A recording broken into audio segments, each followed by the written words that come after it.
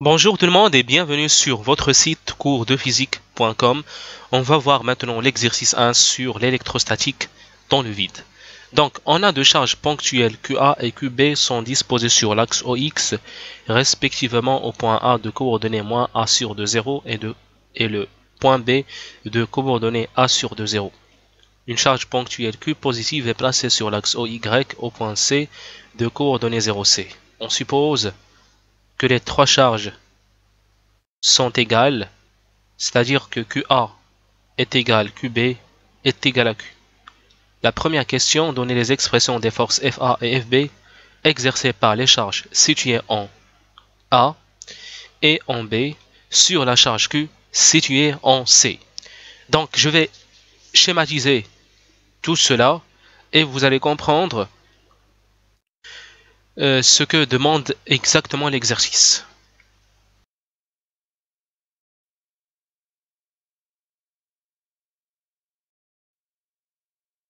Alors ici, je place la charge QA, ici la charge QB et ici la charge Q au point C. Le point C, il est de coordonnées, on va dire 0, petit c. Alors, notre objectif, c'est de donner la force qu'exerce la force FA et la force FB exercées par ces deux charges sur la charge Q qui se trouve au point C. Ici, je vais ajouter OIJ. De là vers là, j'ai A sur 2. Par contre, de là vers là, c'est moins A sur 2 parce que ce sont les coordonnées cartésiennes. Ils sont algébriques en effet. Et de là vers là, bien entendu, c'est plus petit c, c'est la distance C. Et on nous dit que QA est égal à QB est égal à Q. Alors, grand 1, petit 1, on va déterminer la force FA. Cette force FA, c'est quoi? Ça, il faut le noter pour bien savoir l'écrire. Donc, la force FA, il est dit que c'est la force qu'exerce cette charge QA sur cette charge Q. Alors, on va dire, c'est la force qu'exerce la charge QA sur la charge Q. D'abord, on commence par la fameuse constante 1 sur 4pi epsilon 0. Et puis, je prends ma charge QA et je la multiplie par la charge Q. Alors, pour bien voir les choses, je vais dire que cette charge Q, elle se trouve au point C. Donc, je vais ici noter, je vais utiliser Q indice C. Alors, comme on dit toujours, cette force, c'est la force qu'exerce la charge Q qui se trouve au point A sur la charge Q. C'est la force qu'exerce la charge QA qui se trouve au point A sur la charge Q qui se trouve au point C. Alors, je vais quand même ajouter ici un indice C. Donc, le vecteur qu'il faut choisir ici, c'est de la source de cette force sur le point AC, c'est-à-dire de la source vers l'objectif. Et je divise par AC au cube. Alors, donc pour simplifier, je vais dire, c'est pour cette raison que j'utilise ça. Alors déjà, il faut prévoir cela, puisque la charge Q, elle est positive. Il est dit que la charge Q, elle est positive, c'est-à-dire que QA, puisque Q, elle est positive et que QA est égal à QB positive, donc ces trois charges, ils ont le même signe, donc on va avoir des forces répulsives. C'est-à-dire qu'il faut prévoir en avance que la force qu'exerce la charge QA sur la charge Q, d'abord le point d'application c'est le point C. Donc ici, puisque QA et Q ont le même signe, ils sont tous les deux positifs, ou si ils sont toutes les deux négatives, quand même la force est toujours répulsive.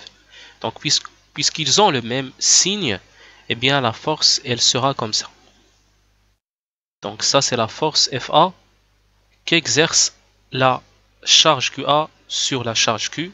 C'est une force répulsive parce que les deux charges ont le même signe. Alors je vais dire avec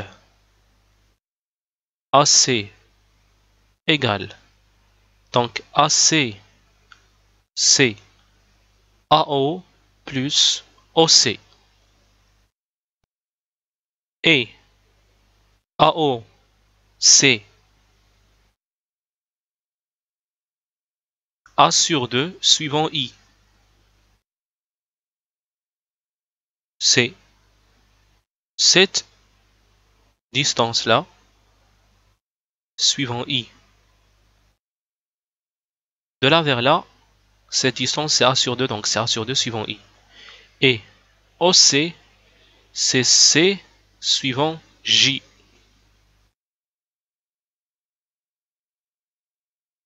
Et ce AC-là est AC, qui est la norme de AC, c'est la racine carrée de A sur 2 au carré plus C au carré.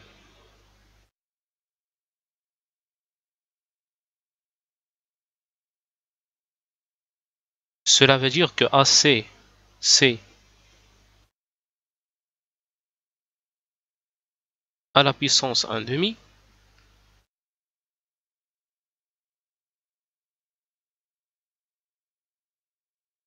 Et par conséquent, AC au cube, c'est A sur 2 carré plus C carré à la puissance 3 sur 2. Et ce QA fois QC,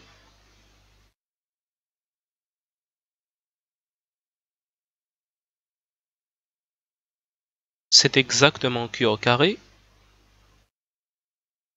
Par conséquent, FA égale, en remplaçant toutes ces expressions par leurs expressions respectives, on trouve que FA c'est 1 sur 4 pi epsilon 0 Q au carré sur A carré sur 4 plus C carré à la puissance 3 sur 2 A sur 2 suivant I plus C suivant J. Maintenant place à la force FB, c'est-à-dire la force qu'exerce la charge QB sur la charge Q. Maintenant la force FB qui est tout simplement la force qu'exerce la charge QB sur la charge Q.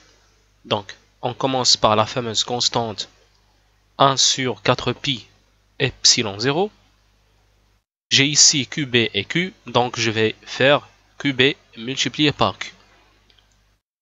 Alors, comme toujours, ça c'est la force qu'exerce la charge QB sur la charge Q.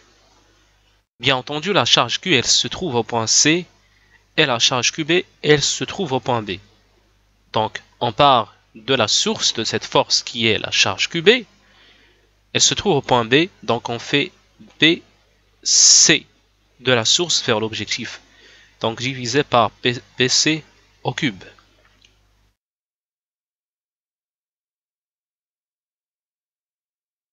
Avec ce BC là, BC c'est BO plus OC. BO c'est la norme de BO qui est égale à A sur 2 moins I plus C suivant J exactement. OC suit exactement J, alors que BO il a un sens contraire à I, d'où le signe moins. Donc, Et la norme de BC est BC, la norme, ça c'est BC, c'est la racine carrée de cette quantité au carré plus cette quantité au carré. Donc c'est A carré sur 4 plus C au carré. Et QB fois Q, moi je veux BC au cube.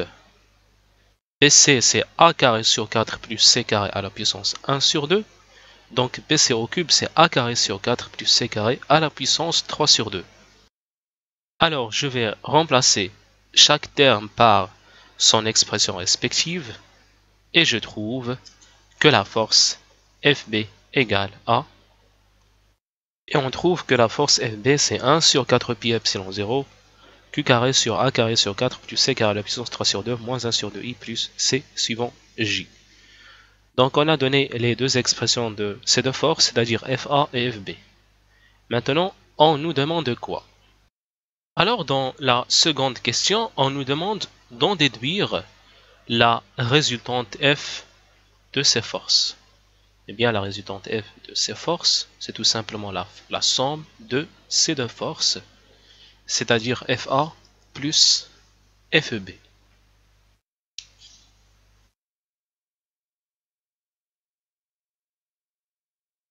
La résultante F, c'est tout simplement FA plus FB. Donc ça donne, vous pouvez faire ça vous-même, vous trouvez 1 sur 4 pi epsilon 0. On trouve cette expression qu'il faut prévoir en avance du fait qu'on a symétrie. Pourquoi on a symétrie?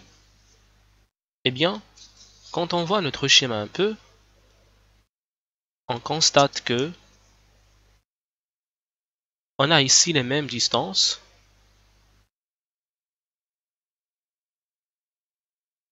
Ça, c'est un axe de symétrie. Et on a ici les mêmes charges. Donc, toute charge qui se trouve là, qui se trouve sur cet axe,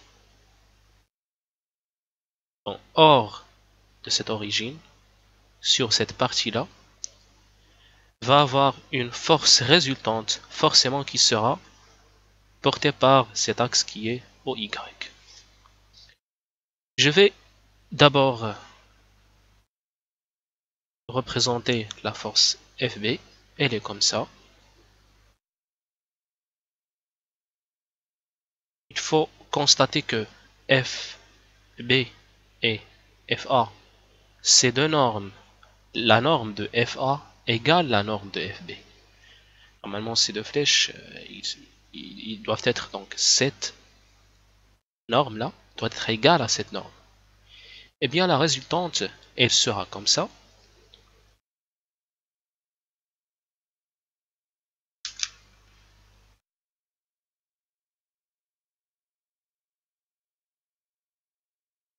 Donc ça, c'est la résultante F.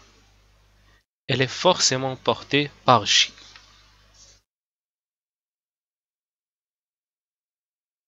Maintenant, on nous demande dans la question 1.3 de déterminer la position d'équilibre de la charge Q placée en C. Alors, on a équilibre si la somme des forces est nulle. Vous avez par exemple cet objet, il est en équilibre parce que la résultante des forces appliquées sur cet objet est nulle. Par exemple comme ça, il n'est pas en équilibre. Il bouge encore, et là il est en équilibre. Parce que vers ce moment-là, la résultante des forces devient nulle.